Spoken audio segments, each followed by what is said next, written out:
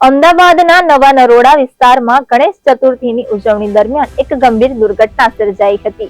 બાપા સીતારામ ચોક નજીક એક કોમ્પ્લેક્સનો સ્લેબ ધરાશાયી થતા 10 થી વધુ લોકો ખાડામાં ખાબક્યા હતા, જેમાં બાળકો અને મહિલાઓનો સમાવેશ થાય છે।